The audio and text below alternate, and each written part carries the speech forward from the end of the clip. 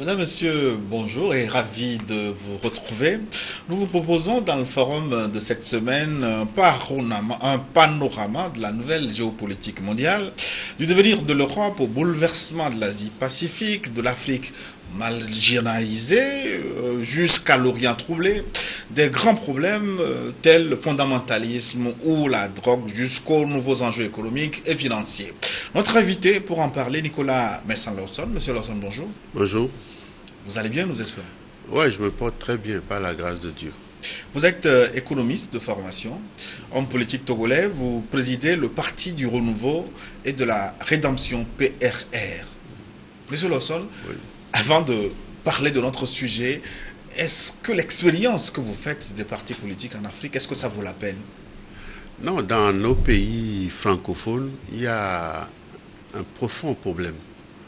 Et c'est presque désastreux parce que quand vous voyez des petits pays comme le Togo, le Bénin et tout ça, qui ont plus de 100 partis politiques, c'est-à-dire au Togo 111 partis politiques. Mais les partis politiques sont des instruments de division. Les gens sont obligés d'être des partisans et s'attaquent, se divisent. Et l'énergie qui doit être concentrée pour le développement de leur pays, pour l'élévation de leurs concitoyens et autres à la dignité humaine, cette énergie est consacrée à des rivalités partisanes et fatalement à la destruction des pays et tout. J'avais prévenu contre le risque de nocivité des partis politiques dans ce qu'on appelle la démocratie. Et malheureusement, les frères et sœurs n'ont pas compris cela.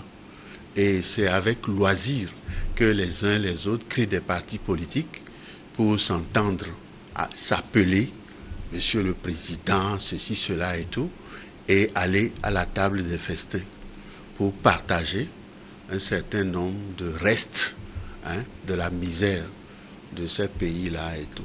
Donc c'est extrêmement dangereux et ça ne donne pas de l'espoir pour l'avenir. Mais avec cette analyse, est-ce que vous ne vous tirez pas une balle dans les pattes puisque vous avez créé votre parti au Togo au moment où il y avait déjà pratiquement une centaine? Non. J'ai été candidat indépendant aux élections présidentielles de 2003.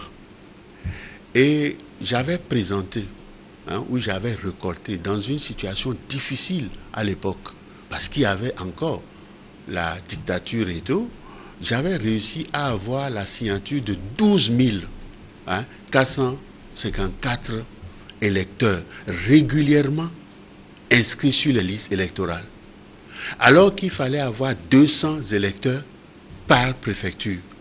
Mais j'ai eu 12 000 et quelques. Et au sortir de cette élection, ils m'ont attribué abusivement 4 660 électeurs pour me ridiculiser. Mais le score que vous avez eu, non, vous n'avez pas pu Yansingbe Yadema lui-même m'avait dit que je ne veux pas appeler leur nom ici pour ne pas faire des polémiques. C'est eux qui ont monté ce coup contre moi, de ne pas m'énerver et tout. Parce que l'un est déjà parti, il est mort, et l'autre est vivant. Et il aspire encore éventuellement à diriger ce pays et tout. C'est cet art-là.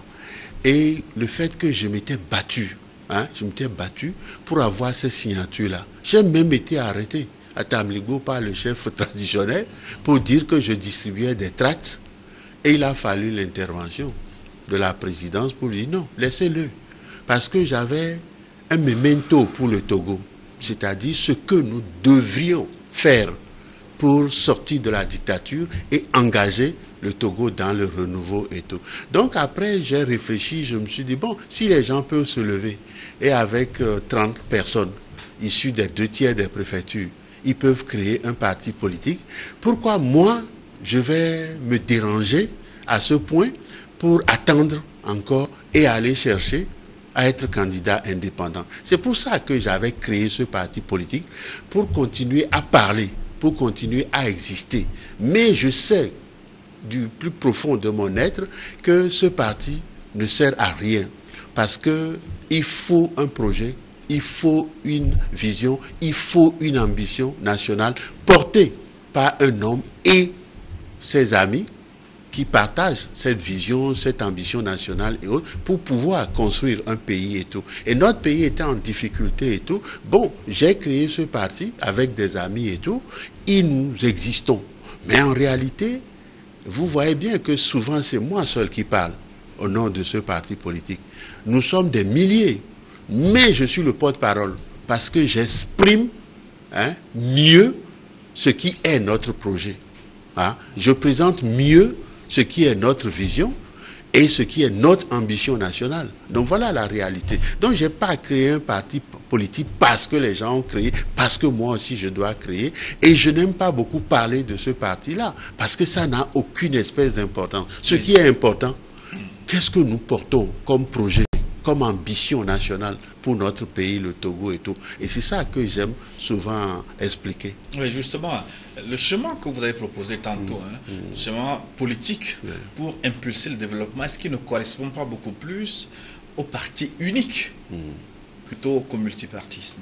Bon, vous pouvez dire ça, c'est-à-dire au temps de Gnassingbé et Adema, des gens peuvent le critiquer. Ils ont le droit, parce que nul n'est parfait et autres. Gnassingbé Eyadema n'a jamais voulu le parti unique au Togo. Il voulait le bipartisme. Mais le groupe des 10 et leur pontife qui est encore là aujourd'hui, eux, ils voulaient un parti unique. Or, ceux qui ont lu le communisme, le marxisme et tout, doivent savoir, ou ceux qui ont fait des études et de la, je sais pas, psychologie, psychanalyse et tout, on ne peut pas faire le bonheur des gens malgré eux. Et c'était la limite du parti unique, c'était la limite du marxisme et du léninisme et tout, et il ne fallait pas aller dans cette direction. Eyadema voulait le bipartisme, ils n'ont pas voulu. Bon, il a cédé et on a vu comment ça a abouti. Donc, vous voyez aujourd'hui, quand vous prenez un pays comme la Chine, d'une vieille civilisation millénaire, qui a conservé le parti unique, parce qu'il y a eu beaucoup de luttes internes, de divisions internes et tout, qui avaient conduit à la colonisation de la Chine par les Occidentaux, par les Japonais et tout ça. Donc, les Chinois ne voulant plus la division de leur société et son affaiblissement jusqu'à leur colonisation et autres, ils ont opté pour le monopartisme. Et même après, quand les Deng Xiaoping et autres ont voulu aller vers la société libérale de création de richesses et des emplois et tout, ils ont réfléchi et ils ont fait quoi? Ils ont inventé, surtout Deng Xiaoping qui est le leader, c'est-à-dire un pays, deux systèmes. C'est-à-dire, le pays, il faut de l'ordre, il faut de la discipline. Et donc, un parti unique. Parce que le multipartisme est fatalement diviseur et tout. La Chine a conservé le monopartisme mais a libéralisé sur le plan économique la société. C'est ce qu'ils ont appelé un pays, deux systèmes. Monolithisme pour la politique et libéralisme pour l'économie nationale. Et aujourd'hui, vous voyez le résultat. Est-ce que ce résultat est durable? Mais c'est extraordinaire. Des analystes disent que si la Chine n'opte pas pour le multipartisme, avec beaucoup plus de protection des droits de l'homme, que ce système va s'écrouler de lui-même. Non, c'est des points de... C'est-à-dire, vous avez, il y a des Européens, ils ne connaissent même pas d'où ils viennent. Ils ne savent pas de quoi ils parlent et tout. Ils disent n'importe quoi, comprenez. Regardez, à un moment comme ça où nous croyons encore à des préceptes, tu sais même pas comment je vais les appeler et tout. Les Chinois ont réfléchi et puis récemment ils ont fait quoi? Ils ont supprimé l'élection, et ils ont proclamé président sa vie. Absolument, comprenez. Parce que nous sommes entrés dans une nouvelle ère de déstabilisation dans le monde avec l'avènement de Donald Trump, comprenez. Donc les Chinois ont senti la menace venir. Et quand vous sentez une menace, qu'est-ce que vous faites? Vous devez vous protéger, comprenez. Quand il va pleuvoir, vous prenez les dispositions. Vous sortez le parapluie ou vous rentrez les choses, le linge sale, ainsi de suite et tout. Donc vous prévenez un certain nombre de risques et tout ça. C'est ce que les Chinois ont fait, en se disant, oui, l'homme là, nous le connaissons, là où il veut nous conduire, c'est bon. Donc, au lieu de nous diviser, et de perdre les chances donc de la mobilisation des énergies pour construire le pays et autres, il vaut mieux rester dans cette logique-là et même faire en sorte que le président, qui est le garant de l'unité nationale, celui-là soit là et qu'on sache qu'il y a quelqu'un sur qui on peut compter, ainsi de suite et tout. Voilà la direction dans laquelle la Chine se dirige ainsi. Et l'Afrique, quel modèle faut-il pour le continent africain pour amorcer son développement? Le monopartisme? Non, les Africains... Le multipartisme encadré? Vous savez, des pays comme le Ghana, qui sont presque des pays où il y a le bipartisme, parce que ce n'est pas encore le cas totalement. Le NDC et le NPP ont encore des satellites tout autour. Mais le Nigeria, par exemple, aussi. Je vois qu'il y a un égarement aussi de leur côté. Il y a des risques et tout ça. Mais ils ont deux partis politiques. Les pays anglophones ont compris cela. Nous, dans les pays francophones, nous n'avons pas encore compris qu'on ne construit pas un pays dans la division. Comprenez? Nous sommes obligés de mobiliser les énergies, toutes les énergies, pour travailler dans l'ardeur, comprenez, et dans la discipline et dans l'ordre pour construire une nation viable et tout. Donc on ne peut pas, par exemple, égarer des esprits qui ne sont pas forgés, formantés pour aller dans cette direction, éparse et tout ça là et tout. Mais vous venez dire quelque chose à un paysan. Il ne sait pas ce que c'est qu'un budget. Il ne sait pas ce que c'est qu'un parlement. Il ne sait pas ce que c'est qu'un PIB et tout ça. Et vous venez lui dire, c'est moi qu'il faut, moi je vais faire ceci, je vais faire ça. Et un autre vient lui dire, finalement son cœur balance vers celui qu'il trouve le plus beau, qui lui a donné quelque chose et tout. Donc les élites africaines aujourd'hui sont en perdition et c'est eux qui foutent le bordel et la merde dans nos sociétés et tout. C'est pour ça que Donald Trump a dit, Africa is a shithole. Il n'a pas dit des pays de merde, mais un trou de merde, parce que nous n'avons pas encore compris. Et pourtant, pour nous les Togolais, nous avons dans notre hymne national travail, ou bien, est-ce que nous travaillons? Non. Nous ne travaillons pas assez. Nous avons de la délinquance. Et les jeunes gens qui font des études, qui sont dans la force de l'âge et tout, qui peuvent travailler, ils s'adonnent à l'alcool, à la prostitution, à la délinquance et tout. Comment vous pouvez construire une nation viable dans ce cas-là? C'est impossible. Nous sommes en perdition en Afrique et tout. Parce que nos élites, ils sont égarés. Ils sont devenus des matérialistes extraordinaires.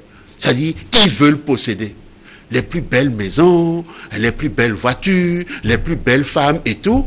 Et toute leur énergie est concentrée sur ça. Mais pas pour construire une nation dans laquelle les enfants vivent en cohésion et dans la dignité et tout. Donc, au fond, est-ce que c'est le système politique que l'Afrique a choisi, le multipartisme, la démocratie? Est-ce que c'est ce système qui a corrompu les élites dont vous parlez? Ou ce sont les élites qui ont fait un mauvais choix pour créer ce cercle vicieux dans lequel baigne le continent africain? Oui, c'est un problème philosophique très profond, puis qu'il faut. J'avais dit, c'était... je crois en 81, au Sénat français, le père de Dominique de Villepin était le président, ils m'ont invité, et j'étais là-bas, et je leur ai dit, voyez-vous, l'Afrique va se retourner un jour ou l'autre contre la France. Parce que la France est en train de nous dévoyer et de nous égarer. Nos élites viennent ici chez vous, en France, pour étudier dans vos universités et tout. Des gens ont 2 maîtrises, des gens de DSS et doctorat, ainsi de suite. Et à la fin, vous en faites des plongeurs ou des gardiens de nuit et tout. C'est qui font nos élites des plongeurs ou nos élites ont choisi? Non, nos élites n'ont pas choisi délibérément. Ils ont créé une situation, ils ont créé des conditions. C'est pas pour former les Africains. Donc si vous choisissez d'aller à l'école, c'est ça le malheur des Européens et surtout des Français. Et c'est ça la tare. Si vous voulez, par exemple, qu'est-ce qu'ils font? Vous ne pouvez pas, si vous n'êtes pas français, être notaire en France. Comprenez? Vous ne pouvez pas, si vous n'êtes pas français, être expert comptable en France. Oh, il y a des experts comptables. Ils ont la nationalité française. Il faut aller vérifier. Vous ne pouvez pas être infirmier ou infirmière d'État à Paris ou, je ne sais pas, à Rouen ou autre, si vous n'êtes pas français ou française. Moi, j'ai une amie kinésithérapeute. Hein? Elle a obtenu son diplôme et tout ça en Italie et tout. Elle est venue. On lui a fait une équivalence et tout. Ils ont dit non. Elle n'a pas la nationalité française. Elle ne peut pas être kinésithérapeute, ainsi de suite et tout. Donc, quand vous faites des choses comme ça, pour pouvoir venir coloniser l'Afrique par vos petits, et je ne sais pas quoi et tout, et vous voulez que demain, il y ait quelque chose qui vous profite. Non, ça ne va pas vous profiter. Donc, les Chinois viendront prendre la place. Alors, réveillez-vous. Ils n'ont pas compris ce que je voulais dire. Parce que, voyez-vous, le sentiment, c'est quoi? Ils nous avaient fait esclaves. Après, ils nous ont colonisés. Et puis après, ils ont envoyé des prédateurs pour installer un système de néocolonialisme, pour piller nos richesses, comprenez, et à bâtir nos élites et tout, qui, malgré les immenses richesses dont le Créateur, Dieu Tout-Puissant, nous a dotés, nos élites sont obligées d'aller mendier, de mendier. Parce que c'est ça qu'ils font. À longueur de journée, de trucs, vous les voyez, les bailleurs de fonds, les investisseurs étrangers, patati, patatra. Non, vous n'y arriverez jamais. Parce que vos élites sont corrompues. Et comme, quand il émerge une super élite ou des super élites, les élites corrompues ou les sous-élites corrompues font tout pour corrompre et abaisser les super élites et tout. Donc voilà la réalité de l'Afrique, vous comprenez. Et c'est ça qui fait que, fatalement, ces élites-là, qui ont été abattues, parce qu'ayant un doctorat et allant faire du gardiennage, ou allant faire de la plonge et tout, quand il va rentrer ici, qu'est-ce qui lui reste de ce qu'il a appris sur le plan livresque? Comprenez? Parce que quand vous avez ingurgité un certain nombre d'informations et tout sur le plan théorique, mais c'est la pratique qui est essentielle. Et vous n'avez pas cette pratique-là pour pouvoir gérer ou construire les choses et tout. Vous n'y arriverez pas. Et cette pratique-là, ils ne veulent pas qu'on l'ait ainsi de suite. C'est pour ça, moi j'ai vu à un moment donné, quand ils avaient créé la Goa, les Américains et tout, c'était une occasion exceptionnelle, pour essayer de faire, tu vois, les business et tout ça avec l'Afrique et tout, mais dans le système francophone d'organisation, de leur banque centrale, BCAO et tout ça, là, avec tout ça, l'Afrique ne peut pas profiter de ça. Les pays anglophones aussi, malheureusement, n'y arrivent pas. Parce qu'au moins, le Ghana a sa monnaie. Le Ghana a une banque nationale, mais qui fonctionne comme une banque centrale. Alors non, le système de l'Union européenne, avec ses carcans et tout le reste, ça ne fonctionne pas bien. Ils ont fait pour sortir de l'Union européenne le Brexit, n'est-ce pas, et tout, parce qu'ils ont leur banque d'Angleterre et tout, qui doit pouvoir être libre, ainsi de suite et tout. Donc l'Afrique ne comprend pas comment fonctionnent les questions économiques et autres de ce monde dans lequel nous vivons. Recentrons maintenant notre discussion autour des grands enjeux du monde contemporain. Un monde qui bouge. Vous avez parlé tantôt du réveil de la Chine, qui est devenue une deuxième puissance mondiale. Certains même parlent de première puissance. Absolument. Nous avons d'autres pays émergents, le Brésil, dans une certaine mesure la Corée du Sud, des consorts. Alors que les puissances classiques sont plutôt en difficulté, à la croisée des chemins. Une question simple, Nicolas Lawson. Nous sommes dans un système multipolaire.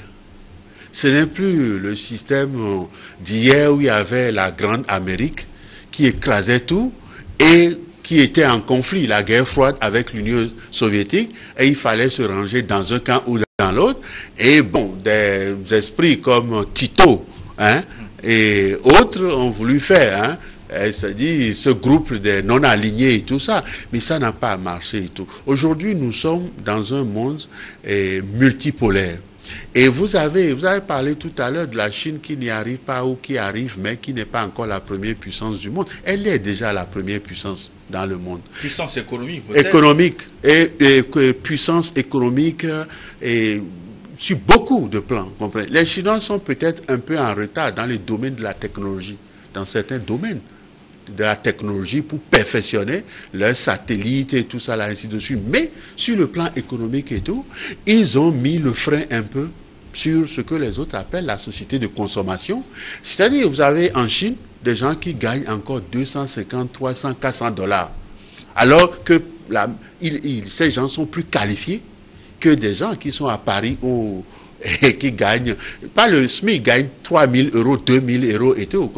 Quand la Chine va commencer à payer ces salaires-là à ces travailleurs, vous verrez le chaos. La Chine va écraser l'Amérique avec 1,750 milliard d'habitants à ce niveau-là.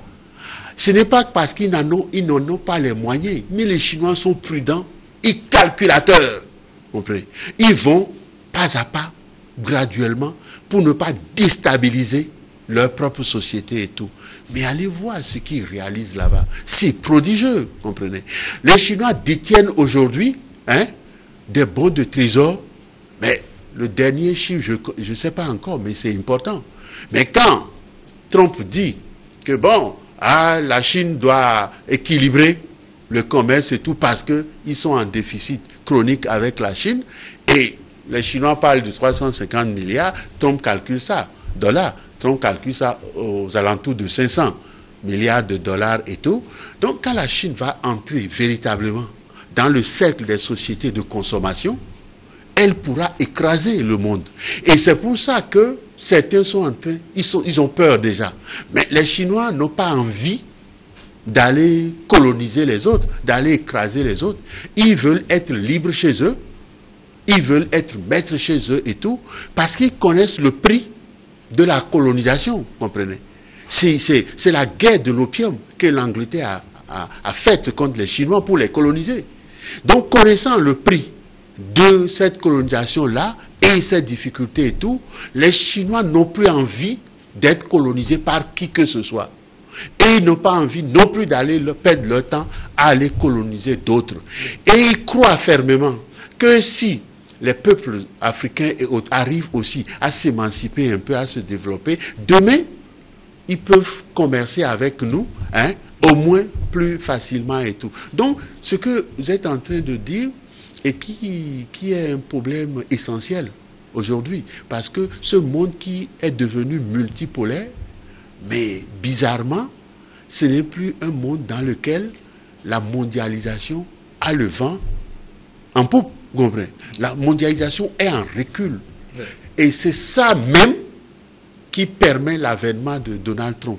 Donald Trump développe ses idées et sa philosophie, ainsi de suite, avec beaucoup de violence et peut-être arrogance et pas beaucoup de maîtrise, mais c'est l'homme qui est comme ça. Mais justement, donc, est-ce que les puissances traditionnelles n'ont pas compris qu'elles sont en train de perdre du terrain et s'organisent dans une certaine mesure pour garder leur hégémonie? Est-ce qu'il ne faut pas comprendre comme cela l'arrivée au pouvoir de Donald Trump qui est en train, par sa politique d'Amérique d'abord, de vouloir repositionner le continent, le grand continent, comme puissance incontestable dans le monde? Oui, parce que si vous allez un peu dans l'histoire, vous verrez que l'Europe est ingrate. Moi, je suis européen convaincu. Mais je leur dis ça à mes amis européens très gentiment, l'Europe est ingrate. Parce que quand l'Europe s'est trouvée en difficulté, qui est venu au secours de l'Europe? C'est l'Amérique, comprenez? Bon, les Français peuvent dire, avec Lafayette ou je ne sais pas quoi, ils sont aussi partis, contre les Anglais pour les aider à avoir l'indépendance, ainsi de suite. Mais dans le XXe siècle, les deux guerres sanglantes et autres que les Européens ont imposées au monde, mais ce sont les Américains qui sont venus à leur secours, avec bien sûr les Russes aussi, je n'oublie pas ça. Et le plan Marshall pour les remettre en selle. Mais quand Delano Roosevelt a voulu que les Européens libèrent l'Afrique, Ça dit, donne les indépendances aux Africains et décolonise l'Afrique. Mais Winston Churchill n'a pas été d'accord. Mais est-ce que l'indépendance se donne, Nicolas Lawson? Mais ce n'est pas une affaire pour lui que ça ne se donne pas ou ça se donne. C'est une affaire qui a une réalité où les pays africains sont colonisés et où il y a des pays colonisateurs qui ont plongé le monde dans 2 guerres et tout, et ils leur demandent tout simplement de décoloniser. C'est une exigence morale, philosophique et tout. Et ils n'ont pas voulu. Churchill n'avait pas voulu, De Gaulle n'avait pas voulu. Il y a eu le traité de l'Atlantique que Churchill n'avait pas voulu, De Gaulle aussi. Malheureusement pour l'Afrique, Delano Roosevelt est mort juste après la guerre, comprenez. Donc, par la suite, mais les événements étant ce qu'ils sont, ça a forcé ces pays à essayer de nous donner les indépendants, mais des indépendants factices, comprenez. Surtout la France. Parce que quand la France veut te donner l'indépendance et elle garde ta monnaie, et elle contrôle ces choses, bon, c'est pas normal, c'est pas bien. Les Anglais ont au moins, eux, libéré les pays sous colonisation anglophone en leur donnant la souveraineté monétaire. Parce que dans le monde moderne, c'est ta capacité financière, monétaire et tout qui te permet. Et pourtant, ceux qui ont déclenché ce combat pour que l'Afrique de l'Ouest se sépare, quitte la zone franc CFA, vous les considérez comme des rigolos? Non, qui les considère comme Parce que vous n'avez pas approuvé, donc. Non, il ne faut pas dire ça. C'est-à-dire, il y a des façons de faire les choses, comprenez. Quand, par exemple, Lumumba se battait pour le Congo, et que les Américains lui ont proposé leur aide, les Russes aussi leur ont proposé leur aide, mais il était emporté par sa fougue. Et il dit non. Il voulait se libérer du blanc. Mais tous les blancs ne sont pas pareils. Comprenez? Et ils n'ont pas les mêmes intérêts, à des moments précis donnés et tout. L'intérêt de l'Europe aujourd'hui peut ne pas être l'intérêt de l'Amérique. Et c'est ça qu'on voit aujourd'hui. Et Donald Trump dit quoi? C'est le chiffre officiel, 350 milliards de dollars de déficit vis-à-vis de la Chine. Et je veux équilibrer ça.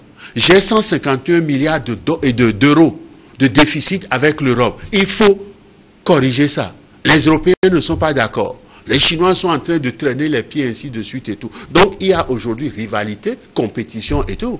C'est ça la réalité. Donc, à un moment donné, les Africains doivent savoir que quand vous êtes dans un jeu et tout, vous devez avant tout, et comme le dit Donald Trump, votre pays d'abord.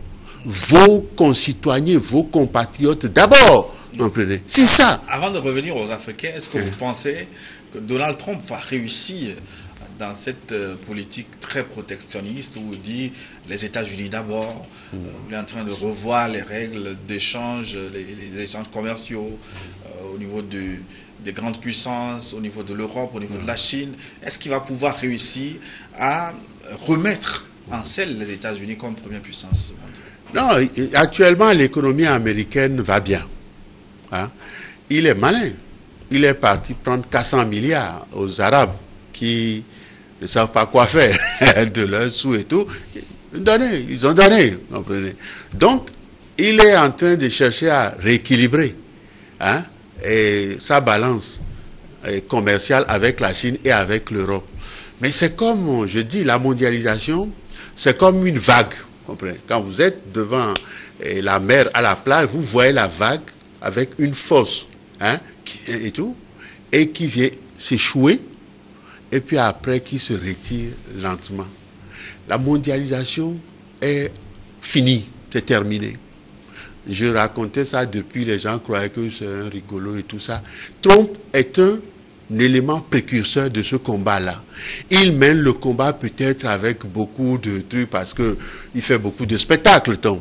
Il veut signer un décret, la télévision et tout ça. Bon, c'est lui qui est le premier, à mon avis. Il fait des choses comme ça. On ne voit pas ça. Donc ça choque les gens. Les gens croient que c'est un peu... Non, il est en train de mener un combat qui va être long. Et demain, quand il ne sera pas là, il va y avoir peut-être du recul et puis après des avancées. C'est comme ça dans la vie. Vous comprenez? Quand nous avançons, puis nous reculons un peu, puis nous avançons ainsi de suite. Mais le cours des choses tend dans cette direction-là. Et c'est pour ça qu'il est choqué, il est scandalisé. Et je répète encore que l'Afrique, les Africains, les élites africaines n'ont pas encore compris comment fonctionne ce monde. Justement, pourquoi les Africains n'arrivent pas à tirer leur marron du feu dans cette redistribution des cartes sur le plan mondial? C'est ce que j'ai dit aux Togolais de la diaspora avec qui j'ai eu beaucoup de trucs par conversation téléphonique et tout ça. Je leur ai dit, vous êtes aux États-Unis. Qu'est-ce qu'il vous faut?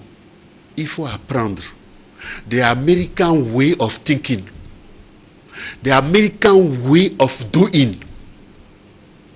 Ça dit leur façon de faire, leur façon de penser et tout. Ils ont la réserve fédérale qui ne fonctionne pas comme la Banque centrale européenne.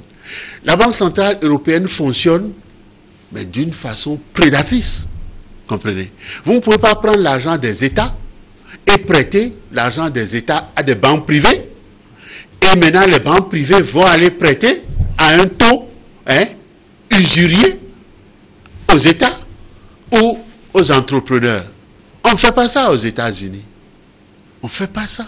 Et ça, c'est mauvais. Et c'est pour ça que vous voyez que dans les pays européens aujourd'hui, les forces qui sont en train de gagner, vous avez vu, ça a commencé en Autriche, en Italie et autres, ce sont les forces d'extrême droite et autres qui dénoncent le fonctionnement de l'Europe, de la Banque centrale et tout ça là et tout. Comprenez? C'est l'article 100 de le traité de Maastricht qui impose des dispositions comme ça et tout, la souveraineté. C'est des privés qui ont plus de pouvoir que des États et qui gèrent le travail, les ressources des habitants de ces États-là et tout. Qu'est-ce que ça veut dire ça? C'est scandaleux, comprenez? Et ça, c'est pas bon pour l'Afrique. C'est pas bon. Et notre Banque centrale, j'avais demandé en 2003 qu'on fasse la réforme du traité de l'UMOA. C'est pas une affaire de sortir du franc CFA seulement. Ceux qui disent ça, c'est du spectacle, c'est de l'agitation. C'est les dispositions du traité de l'UMOA qui ne sont pas bonnes pour que nous puissions nous développer.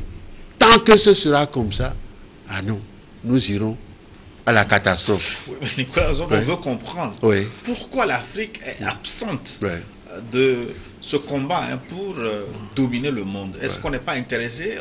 Non, parce que nous avons des élites et des sous-élites corrompues intellectuellement. Vous comprenez? C'est ça. Quand Mathieu Kérékois dit des intellectuels tarés, c'est moi qui leur ai écrit une lettre en novembre 2013. Politique d'indépendance nationale est une révolution. Je disais que les ligueurs qui l'entouraient, lui, étaient des intellectuels tarés et dégénérés. Ils ont voulu m'arrêter, j'ai fui pour venir au Togo. Mais il a constaté des années plus tard que c'était ça. Mais d'autres ont dit la même chose que vous, mais quand Talon disait par exemple que son pays est comme un désert de compétences, on a crié haro sur lui. Non, il n'a pas allé en Europe pour aller raconter des histoires comme ça. Oui, mais ce que vous dites est différent de ce constat. Mais bien sûr, quand on te lit, quand tu es élu, c'est pour corriger ce qui ne va pas. Et pour corriger, tu n'as pas besoin d'aller humilier tes compatriotes à l'extérieur pour dire qu'il n'y a personne de compétent et tout ça. S'il n'y a personne de compétent, donc les autres n'ont qu'à venir. Mais Nicolas Lozano ne change pas les choses tant qu'on ne les a pas nommés. Mais c'est lui qui doit changer maintenant les choses. Et pourquoi il va raconter son histoire là-bas? Est-ce que ce n'est pas un diagnostic? Non, il n'a pas. Ça dit, on vous dit de réparer une voiture. Et vous dites maintenant qu'il n'y a personne là pour réparer la voiture. Alors que vous êtes là. Et c'est à vous qu'on donne ça pour réparer la voiture. Les Béninois l'ont élu pourquoi? Pour redresser le pays, pour changer les choses et tout. Il doit se mettre au travail et corriger ce qui ne va pas. Et expliquer à ses compatriotes, je demande qu'on mette une route ici pour cette raison. Je demande qu'on mette un château d'eau ici pour cette raison. Et ici au Togo, je demande qu'on ne lave plus les phosphates dans la mer pour tuer mes compatriotes et tout, qu'on exploite plus en désordre comme ça, les clinkers et tout ça, et que le soufre détruise les choses dans mon truc. Je veux que ça cesse, comprenez. On n'a pas besoin d'un séminaire et d'un truc pour faire ça. On doit agir. Quand on vous donne du pouvoir, vous agissez. Vous agissez juste et bien. Vous comprenez? C'est ça. Vous n'avez pas besoin d'aller raconter des histoires comme ça pour faire le beau gars. Ça veut dire quoi ça? S'il n'y a pas de gens compétents là-bas, il faut les former. Pourquoi la formation existe? C'est pour ça. Alors si vous voulez former des gens, amenez. Ceux qui peuvent les former, vous savez qu'ils sont capables de te former une élite compétente ou une super élite. C'est ça la réalité. Mais monsieur Lawson, est-ce que l'Afrique, si elle ne pèse pas assez sur l'échiquier mondial, est-ce que ce n'est pas dû à sa balkanisation? Faut-il créer, comment on va dire, les États-Unis d'Afrique? Non, on n'a pas besoin de ça. Est-ce qu'on a besoin... que nos États individuellement peuvent peser quelque chose sur le plan? Mais pourquoi tu veux aller peser dans quelque chose alors que toi-même tu n'es rien déjà? Est-ce que, entre nous, la Suisse a refusé d'entrer dans l'Union européenne? La Suisse est un petit pays à la dimension plus petite, plus petit que le Togo, avec approximativement la même population. L'Afrique a la Suisse a 8,4 millions d'habitants, et puis bon, et tout, ainsi de suite et tout. Et qu'est-ce qu'elle fait pour être ce qu'elle est, pour être respectée et tout? C'est ce que moi j'ai toujours dit, c'est-à-dire nous devons aller copier ce qui est bien, c'est-à-dire là où il y a de l'excellence, là où il y a du bien et tout. Là, le Singapour, moi c'est Lee Kuan Yew, c'est l'homme que j'admire le plus, vous comprenez? Parce qu'il a réussi quelque chose de fantastique. Il a transformé un marécage de serpents, de brigands et tout en un pays fabuleux. Mais là, vous voyez là où l'intelligence humaine peut conduire l'homme. Nous avons 6 000 milliards de neurones, comme les Blancs, les Asiatiques et tout ça là. Pourquoi nous n'utilisons pas ça pour transformer nos pays, pour forger des nations fortes et tout? Et nous nous amusons à copier des choses sans intérêt. C'est pas quelque part l'échec de vous, hommes politiques, parce que il vous revient dans une certaine mesure d'être le guide, d'être le leader.